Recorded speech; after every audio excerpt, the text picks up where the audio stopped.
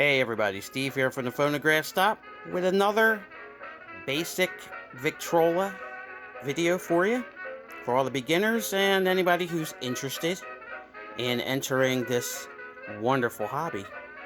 Now we can start out with the name Victrola, which means internal horn, and I know a lot of people see an upright phonograph, they automatically call it a Victrola, which this is not the case. Only a Victor can be a Victrola. And this is a 1918 vv-11A model in quarter sawn oak. There's a nice golden oak there.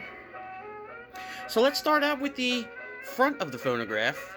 And on the top, you can see two doors.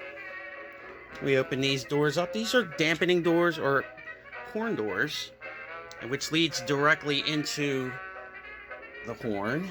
And this one has a metal horn. Most of them have metal horns on the inside.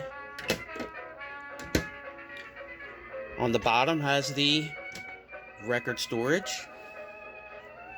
Fairly simple. Some of them actually lock, as this one does, this model does. There's the key. I have a gold key. It's the only one I had. Let's move up to the top compartment. Here's your turntable. This is a tone arm and a reproducer or sound box, or other people call it a needle holder, which holds your steel needle.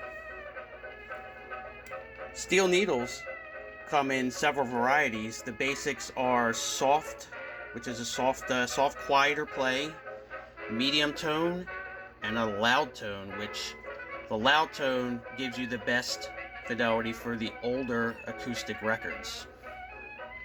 Okay, back here is your turntable brake. Fairly simple. Pull it towards you, it turns the turntable on and shuts it off. To the bottom right is your speed control, which, as you turn it on, has a little dial in there that will go to 78. Some of them are a little bit off, but the best way to adjust your speed on here is put a little piece of paper on the little tab on the end here and count the number of resolutions per minute, and that'll give you your speed accurately. Right here is your needle cup, and I have loud tones and medium tones in here. I save my soft tones for the electrically recorded phonographs like the Orthophonics. And here is your waste container. All the used needles go inside of here, and it's very important to change your needle after each side. You don't want to get too many plays out of one needle, or else you will damage your records. So one side per needle, dump it right into the waste container.